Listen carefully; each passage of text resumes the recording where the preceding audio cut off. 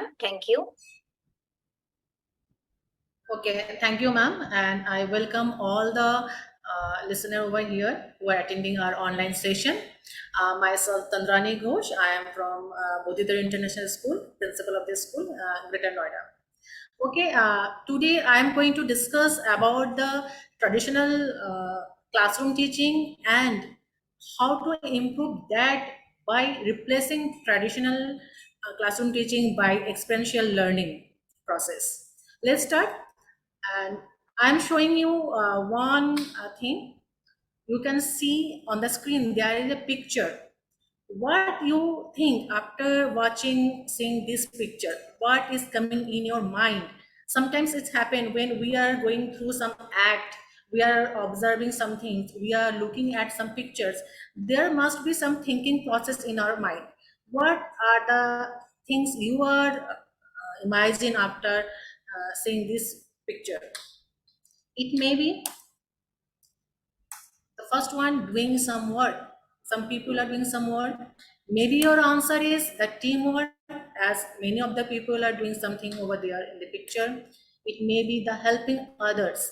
It may be the experience of daily life. We all are doing some things every time, every moment. And sometimes it may be the experiencing an activity. You are involved in an activity and experience something new. And learning by doing. What is the main concept of the classroom teaching? But after this observation, these are the different observation maybe you are getting in your mind. We will discuss the most important things, that is the experience. When we are doing some things, what we are experiencing and what we are learning from that.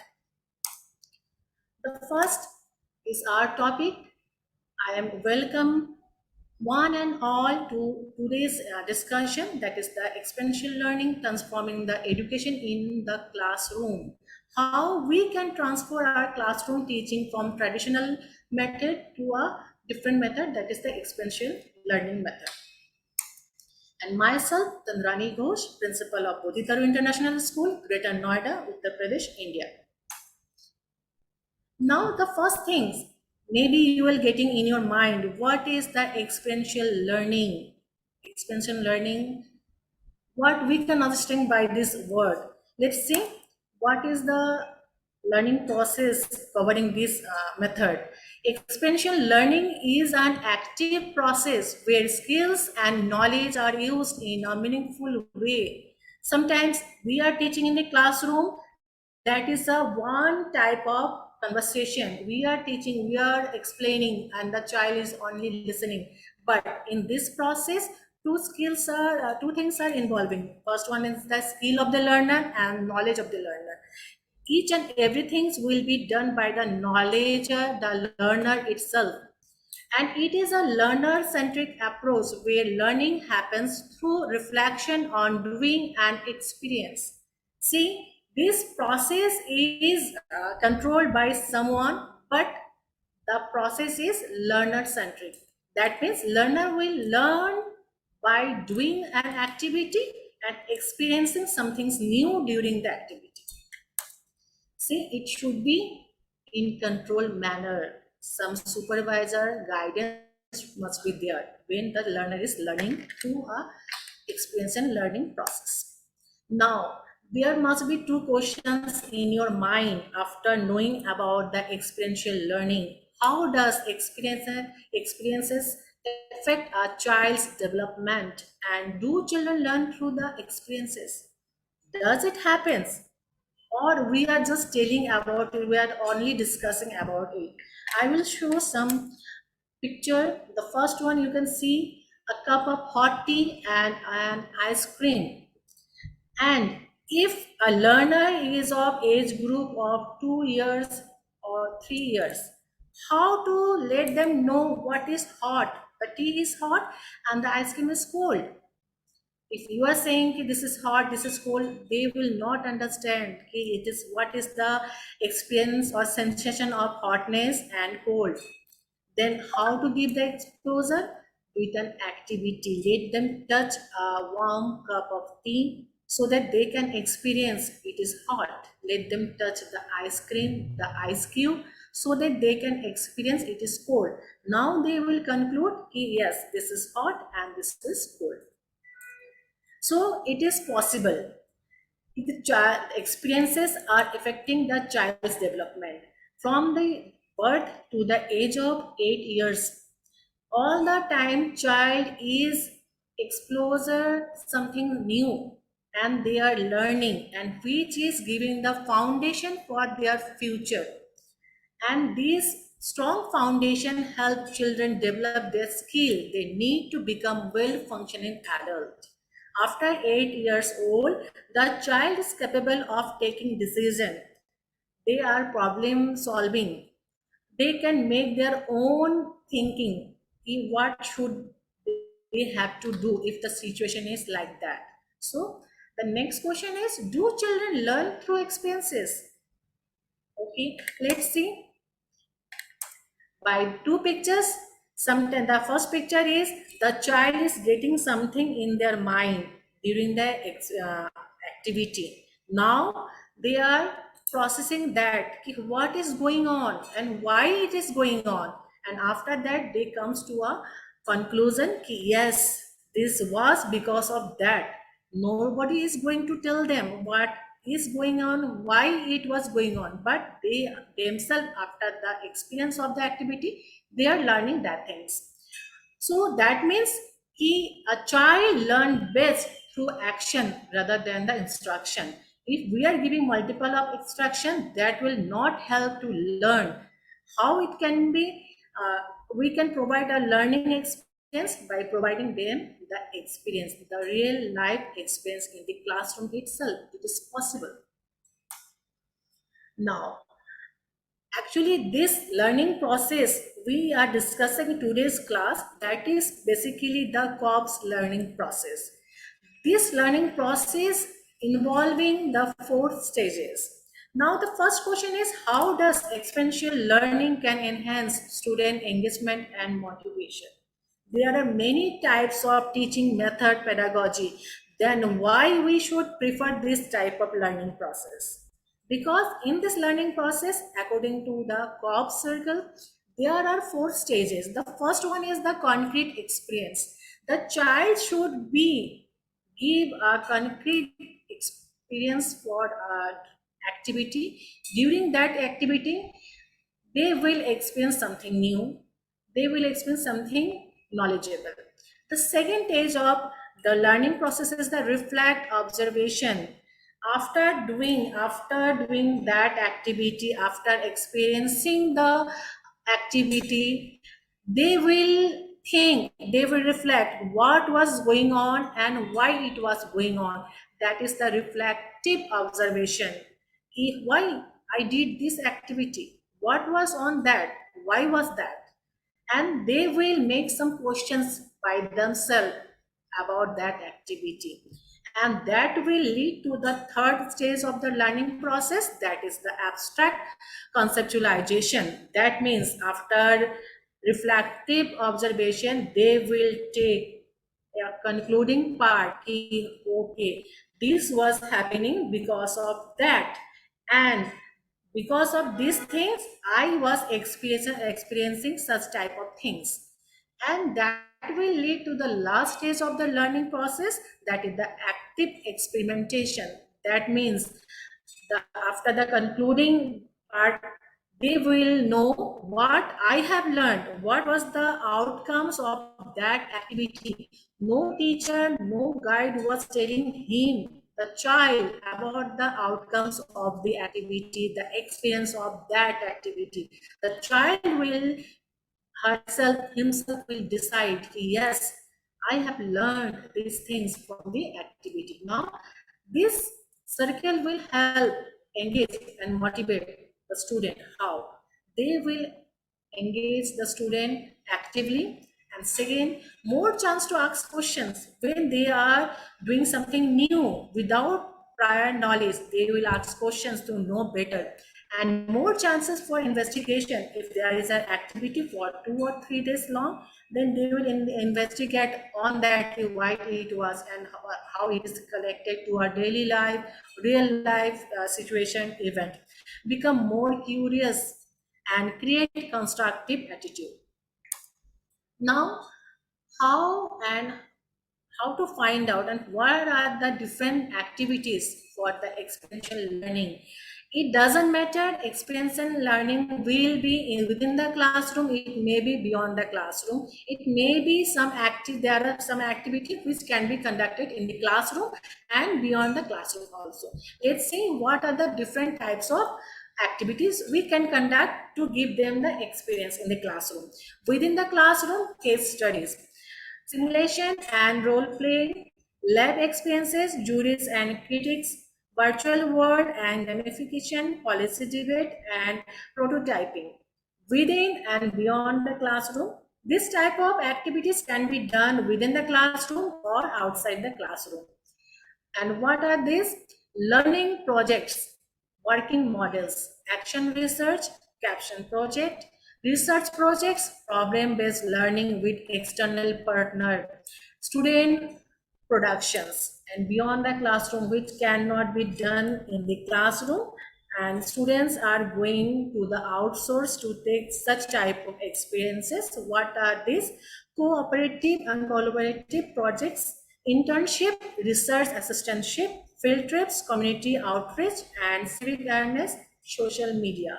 So a teacher or a guide can choose such type of activity to give the effective experience for the learning. Now, you will make getting some questions. We know the activity based learning, and this is a new word, that is the experiential learning. Are they both are same or both are different? How to find out both are same or different? Yes, both are different in somehow. How both are different? The first thing you can see, the experiential learning is the real world experiences in the classroom, community, or and workplace. It can be anywhere, but it should be the real life experience. Should not be pre-planned. The child should experience for the first time. And examples for the experiential learning are the field trip, project work, community outreach, school fest, first aid, kitchen gardening. Now, the second part is the activity based learning. How it is different? Activity based means the child will do some hands on activity. And such type of activities always are pre planned and based on the prior knowledge of the student. So, how? Learning through building and prior knowledge and experience. Whatever the activity will be done under the activity based learning, child will having the prior knowledge about it and the experience about it. And what are the examples of such type of activities? Puzzle solving, games, role play, skit, storytelling. Because they know about the skit, I have to learn this dialogues, and I have to act in front of my friends, in front of the community. Games, I know the process, how to play. Role play, I know the character, I know the thing. But for the experiential learning, field trip, if we are going to unknown places, the child have never went there, they will get something new and they will get some new experience, and that was not the prior knowledge and the experience for them. Now, how experiential learning prepare students for future career? So we are just talking about the experiential learning in the classroom to replace the traditional teaching method in the classroom by experiential learning. But it should be helping for the career, the future of the child. But how it is possible? For the experiential learning, I already discussed, it may be inside the classroom, it may be outside the classroom. So depending on the activity, child can decide their future, their skill, they can know about the skill. So let's see what are the future connecting with the experiential learning process. It helps to face a large group. or public. Sometimes we send our student for the community outreach program where they face a long, big public, a large group. They interact with each other. They transfer their knowledge. They get some knowledge from them. So such type of activity can lead for the future of a child as a multimedia personality. There may be some news channel hosting person. Sometimes we do experience in the lab work, first aid activity in the school itself. Sometimes we appointed some the senior student. You are the first aid in charge. If there is an injury with any student, any staff of the school, then that person, that student will rush to the spot and give the first aid. And such type of activity can lead to a career as a doctor, as a nurse, because they are helping a person in need medically. So they can think, I should go for the degree of doctor or nurse. Project work, field trip, kitchen gardening, etc. can help to know own better skill. Sometimes we give some project work on the agriculture, on the community, on something different. Students are waiting for the field trip. Kitchen gardening, we ask the student, let's go to the ground and do some farming, agriculturing things for the school itself. We can do after growing some fruits, something vegetables, we can do some activity fireless cooking. So this will give them to know what are the different skill the child is having already. They need the exposure to know that skills better. Now, discovery-based project work can create scientific attitude, hence lead to a future scientist. Sometimes in our classroom, in the senior classes, in the science lab, we give the project like that. You go and discover what was the basic things, basic planning for the Chandrayaan 3, how Chandrayaan 2 was unable, why it was disconnected. So this type of project work will give something different exposure to the student to become a scientist. They will grow the scientific attitude, why it is going on. The science is always asking the reason about it, why it is going on. The child will discover and they will go towards the direction of the scientist. They will take their interest as a scientist. Now you can see the picture. What you can see in the picture? In the picture, there is a boy in front of the mirror. Now I have taken at the end of my session a simple picture. If we are going this activity in the classroom, we are going to give the same activity. I have shared as a picture, but this is an activity. You place a simple mirror in the classroom or in any area where you just going to give the experience to the child, and you ask what you can see. He or she will say to myself, okay, this is your mirror image. Now the activity will going out like that. Raise your right hand. Raise your right hand. Now raise your left hand. Now you just again do the activity. Raise your right hand. Now what you can see in the mirror? Does the mirror person is also raising the right hand? No. The child will say, no ma'am, he is raising the left hand, his left hand. But who is in the mirror? The child himself is in the mirror reflection. So that means whenever child is raising the right hand, it seems the left hand. When the child is raising the left hand, it seems the right hand. That means this is the concept, the property of the plane mirror. And what will ask from the child? What do you learn by doing this activity? What they will say? The image is laterally inverted. That means left seems the right, and right seems the left. That is the one of the property of the plane mirror. In same way, we can give the experience to the child, and child will think about it, about the COPS learning process. Then they will conclude, okay, in the plane mirror, these things happening. Left appear light and right appear the left. So what is the outcome of this activity? Outcome of this activity is we have learned one property of the mirror, that is the image of image made by a plane mirror are laterally inverted. Okay. Now, thank you for listening me about the experiential learning, and I hope you have enjoyed the session. If you are having some inquiries, kindly chat me. You just text me the message.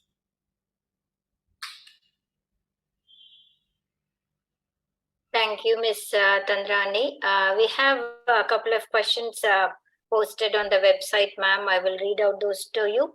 Can you please close your PPT so that the audience can have a better view of you, please? Thank you. Yes, ma'am, please. Yes. So, as I mentioned before the talk started, most of the points are already covered by you. But still, I will ask the questions posted by the audience. Ms. Rhonda wants to ask, what experiential learning means to you and why you believe it's important in education today. Okay, a very nice question. Basically, if you think about a child who took birth, nobody is giving him the knowledge of crying, smiling. When the child is hungry, he has to cry. He has to give some symbols of need of food. So when the child is experiencing the hungriness, he is making some sound, he is crying, and that is give the knowledge of being hungry. The child learns that whenever I am hungry, I have to cry, I have to make sound. That time my mama will give the milk, give the food. And similarly, when a child is a toddler, he or she wants to learn the walking, the first step. They going to take the first step. Parents are all the time helping by holding their hands. Let's walk, let's walk. But what happened? Till the time the child is fell down and get up, fell down and get up. After that, he learns to walk. That means after experiencing the balancing, how to balance the body, the child learns that. And the similar things in the classroom itself for the toddler, we are giving every time the experience of color, experience of making sounds, experience of all the things, food habit, so that the child can learn. You can't say ki you have to finish your food within a time limit, but we can say ki this is the experience ki all the students are sitting in the classroom, are having their food quickly by chewing the food, and they are finishing on time. That means me also have to do the same thing. So learning by the experience.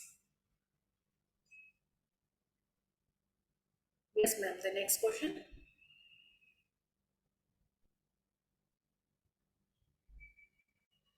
Yeah, thank you, ma'am.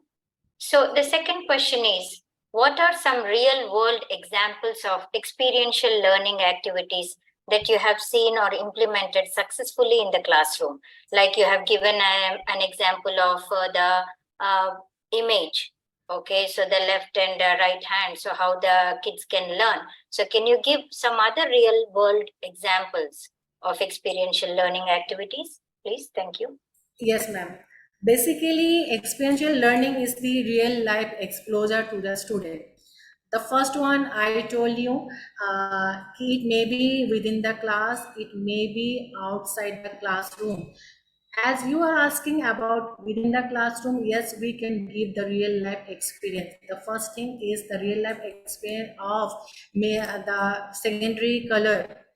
We can do, we can sit with the child and give some activity, like in one they are having one primary color, in the second beaker they are having another primary color, connecting both the primary color with a wet tissue, and which will make the secondary color. Then we can let them know ki see how two colors are mixing together and making a third color, which is known as the secondary color. And this is the real life exposure to the secondary color. Sometimes the child can ask, ma'am, why it is secondary color, why it is not the primary color, and why these are tertiary color. So these things we no need to let them learn. Yes, by mixing these two color, this color will appear. You just learn it, and you know ki these two colors after mixing give this secondary color. No, let them see, let them experience. Yes, it is happening really. Really, this color is secondary because after combining two colors, we are getting this color. This is the secondary color. And after combining two secondary color, we are getting a new color, that is the tertiary color. So such type of activity can be done in the classroom to give the real life experience, and that experience in learning best. So, how does experiential learning differ from traditional classroom instruction, and what advantages does it offer to both students and educators, ma'am? Traditional learning process is basically goes one side, the passive learning. It's not an active learning. Sometimes in the classroom, you are demonstrating some activity. The teacher used to do the activity, teacher used to demonstrate that, teacher used to give the lecture, explaining the topic, but maybe in the classroom, some students are not getting the interest, they are lacking the interest, they are not listening, they are subconscious mind, they are present in the classroom without knowing what is going on, what ma'am is stating. And that is only the traditional classroom teaching, where a few students are learning, the few minds are active in the classroom. But when we are doing the experiential learning, each and every child is doing the activity, and that is the difference. Teacher is not doing the activity, and teacher is not going to say something about the activity ki today after doing this activity we will learn this thing. No, nothing. They will sit with the activity, let's do something new, and the child will start doing the activity. There will no prior information, there will no prior knowledge, no prior experience. And each and every child will do the activity, they will ask the questions, they will share their knowledge with their friends, and they will conclude why this is happening. Teacher will not tell them why it was happening. So they will find out the outcomes of the learning. So these are different. In the traditional learning process, we used to tell them, today after the class, we will learn these things. And today we are going to these things, this type of activity. For example, if I will say, let's color, today we are going to, just I discussed the secondary and primary color. For this same concept, teacher can do, let's start the color the apple with red, color the mango with yellow, and you see these two colors are the primary color, and we just did the activity with primary color. These two colors are primary. Now the child is not clear with the concept primary color, why these are primary color, and teacher is going, let's do with the orange color. Today we're going to do the activity with sponge dabbing on the orange, this is secondary color. But the child is not getting why it is secondary color. The teacher is explaining we are getting mixing two colors, but no, till the time the child is not doing the activity by themselves, they are not concluding the things, yes, this is happening in real life, they are not learning anything. The teacher is only delivering the lecture, the child is listening. But in the experiential learning, the child is doing by themselves, herself, himself, and learning by doing that. So, what strategies or approaches can teachers use to incorporate experiential learning into their curriculum, ma'am, especially in subjects that are traditionally taught through lectures and textbooks?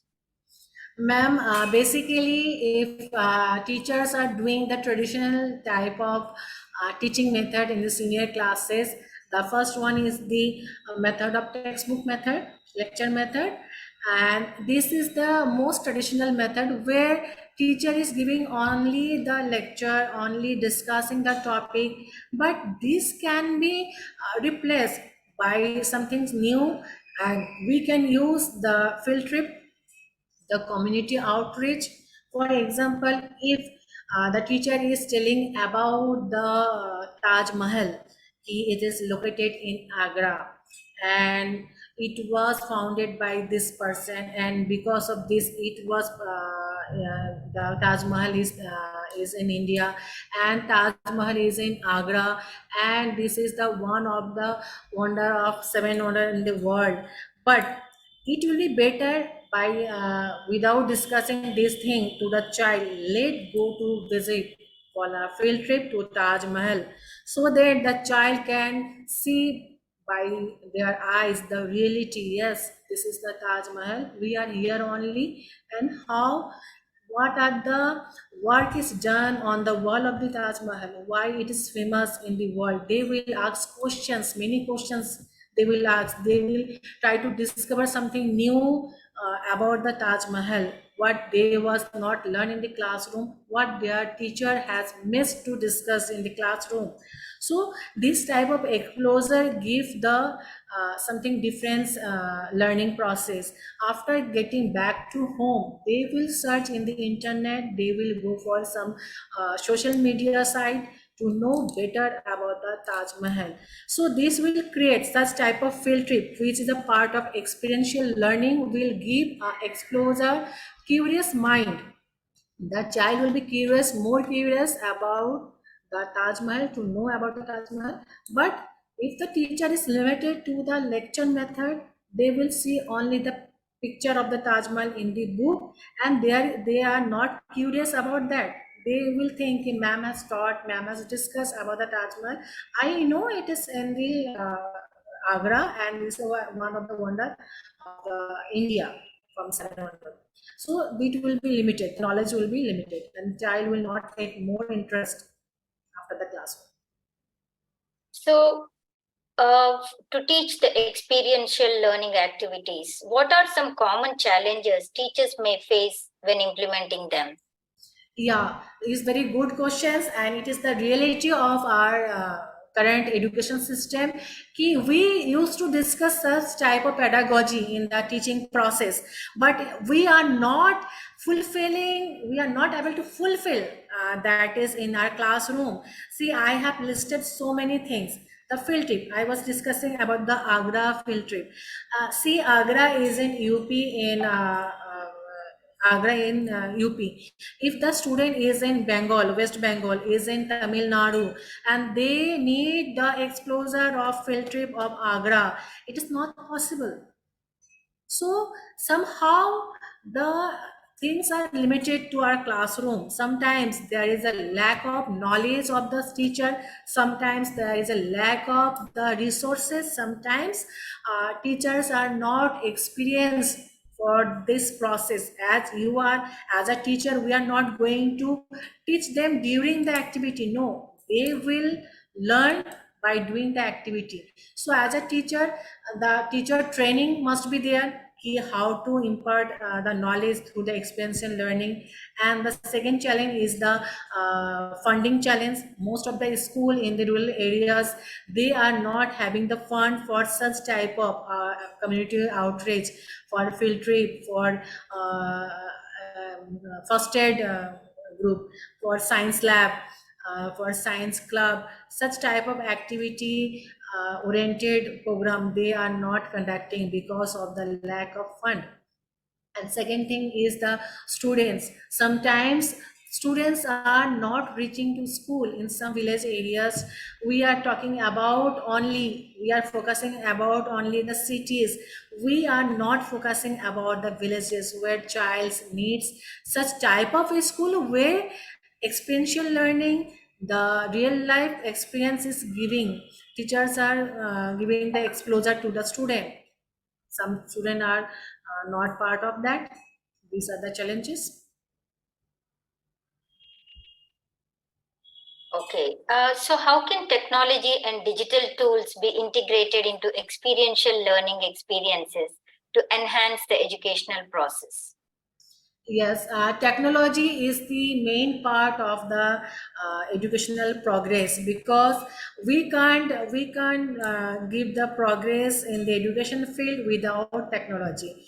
As you know, if the child is Tamil Nadu in West Bengal, they are not coming to Agra to see the Taj Mahal, but this can be done by the VR class lab. In the VR apparatus, the child will wearing a camera on their eyes, and with a mouse they can explore a real life field trip. They will be seeing how they are moving. It will give the sensation ki the child is on the same area what they are watching on that devices, the VR devices. They will see ki what is going on, what are the part of the Taj Mahal. Similarly, if I will talk about the photosynthesis process, that can be done very quickly, very effectively with the VR devices, where child can see can visualize how the photosynthesis process is going on one by one. And in the smart classroom also, we are having different type of technology based learning system, where the child can see the internal process in the body, the human body, in any animal's body, the plant body, how it is going on.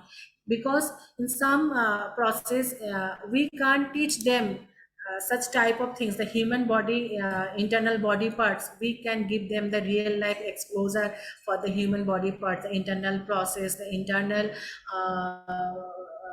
body parts, organs.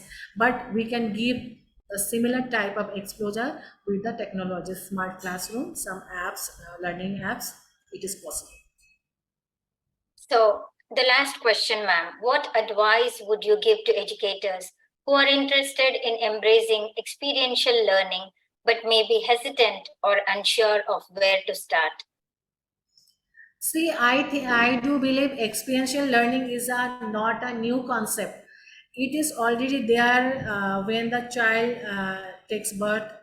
When we are at home, me, you, all the audience who are here only, all are experiencing all the time. We are learning all the time something new after our experience. So a teacher or educator should not hesitate to start such type of activity. Yes, we need some teaching training for that, because sometimes what happens, teachers used to start demonstrating in between the activity, start explaining what is going on. No, this is not the part of experiential learning. You just create the environment for the learning process.